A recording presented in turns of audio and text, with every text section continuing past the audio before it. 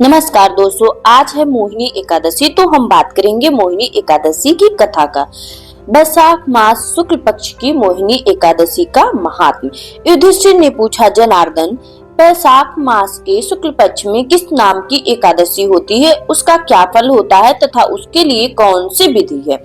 भगवान श्री कृष्ण बोले, महाराज, पूर्व काल में परम बुद्धिमान श्री रामचंद्र जी ने महर्षि वशिष्ठ से यही बात पूछी थी जिसे आज तुम मुझसे पूछ रहे हो।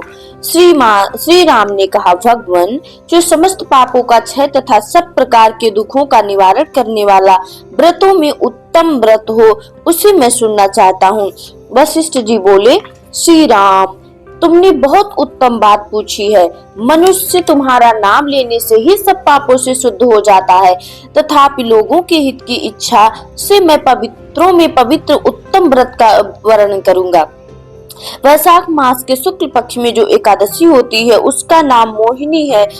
वह सब पापों को हरने वाली और उत्तम है। उस व्रत के प्रभाव से मनुष्य मोह जाल तथा पातक समूह से छुटकारा पा जाते हैं। सरस्वती नदी के रमणीय तट पर भद्रावती नाम की सुंदर नगरी है।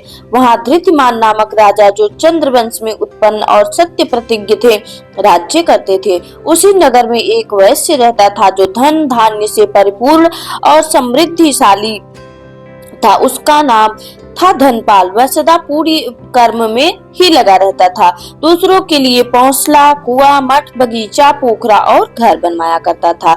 भगवान श्री विष्णु की भक्ति में उसका हार्दिक अनुराग था।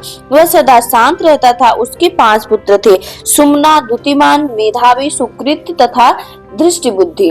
दृष्टि बुद्धि 5वां था। वह सदा बड़े बड़े पापों में ही संलग्न रहता था।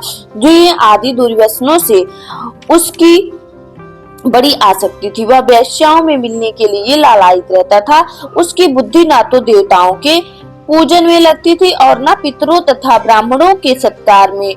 वह दुष्टात्मा अन्याय के मार्ग पर पिता का धन बर्बाद किया करता था। एक दिन वह वेश्या के गले में बाण डाले चौराहे पर घूमता देखा गया।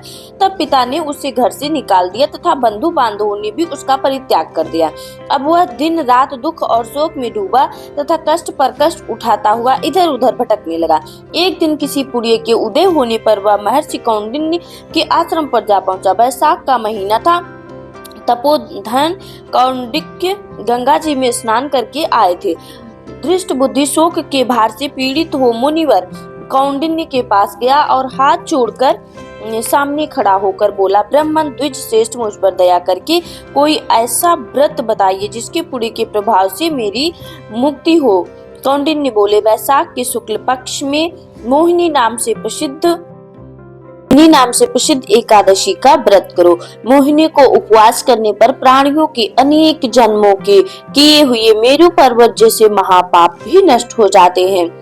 वशिष्ठ जी कहते हैं, श्री रामचंद्र मुनि का यह वचन सुनकर दृष्ट बुद्धि का चित्त प्रसन्न हो गया। उसने कौंडिन्य के उपदेश से विधि पूर्वक मोहिनी एकादशी का व्रत किया। निपश्रेष्ठ इस व्रत के करने से उपद्रवों से रहित हो गया और दिव्य देह को चला गया। धारण कर गरुड़ पर आरूढ़ हो सब प्रकार के उपव्रत बहुत उत्तम है। इसके पढ़ने और सुनने से सहस्त्र गोदान का फल प्राप्त होता है। जय श्री हरि विष्णु। दोस्तों, यह वीडियो कैसी लगी कमेंट में जरूर बताइएगा और वीडियो को शेयर करिएगा। ओम नमो भगवते वासुदेवाय।